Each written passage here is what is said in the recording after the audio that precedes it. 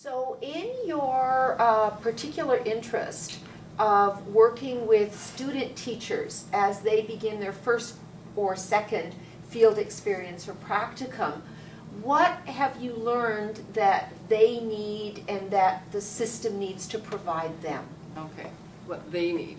Well, I guess maybe the most important part of what the student teacher needs is to have a welcoming mentor teacher who's ready for them, who knows what they need, who is confident enough in their own teaching and they have sort of been able to think about how they would like to articulate their teaching style or their teaching methodology to the student teacher.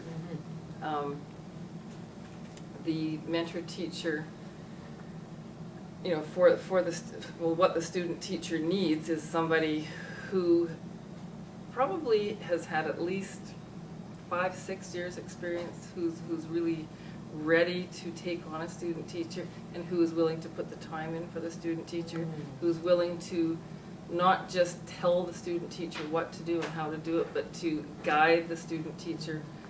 The student teacher doesn't need to be told, okay, this, and this is the way you do it, and that's the end of it. They need to be able to guide the student teacher but not tell them what to do. That is Reflective guidance. like reflective Asking guidance. the right So questions. asking the right, yeah, exactly, asking the right questions and giving the student teacher time, like not just say, okay, we're doing this, and this today, see you later.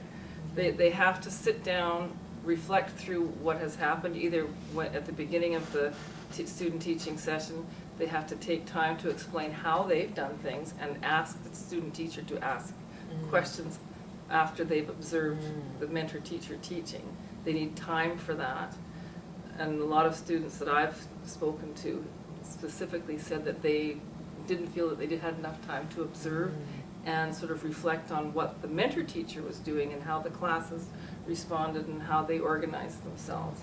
And so you can't just throw the student teacher into teaching. The student teacher needs time to observe and time to think and time to talk to the mentor teacher. The other thing that the student teacher needs is to be made to feel welcomed, I think, in the school, so that the mentor teacher may just say, okay, here you are, this is what you're doing, and figure it out. The mentor teacher needs to be available, have time to introduce them to other people in the school, to help familiarize them with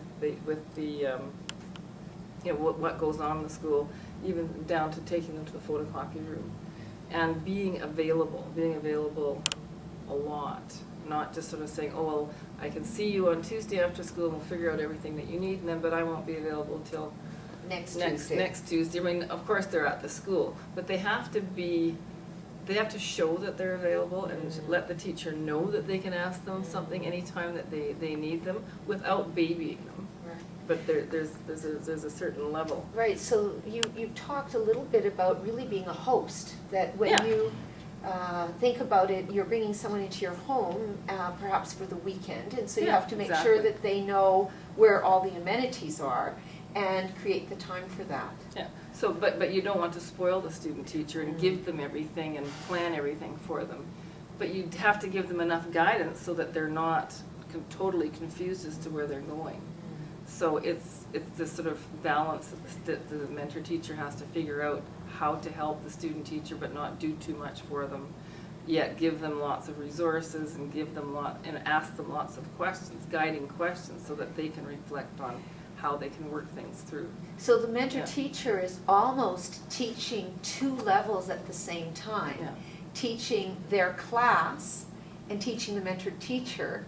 And even when the mentor teacher is more physically teaching the class, when the student teacher is teaching the class, the mentor teacher is really having given the guidance so that there is some teaching there as well. Yeah.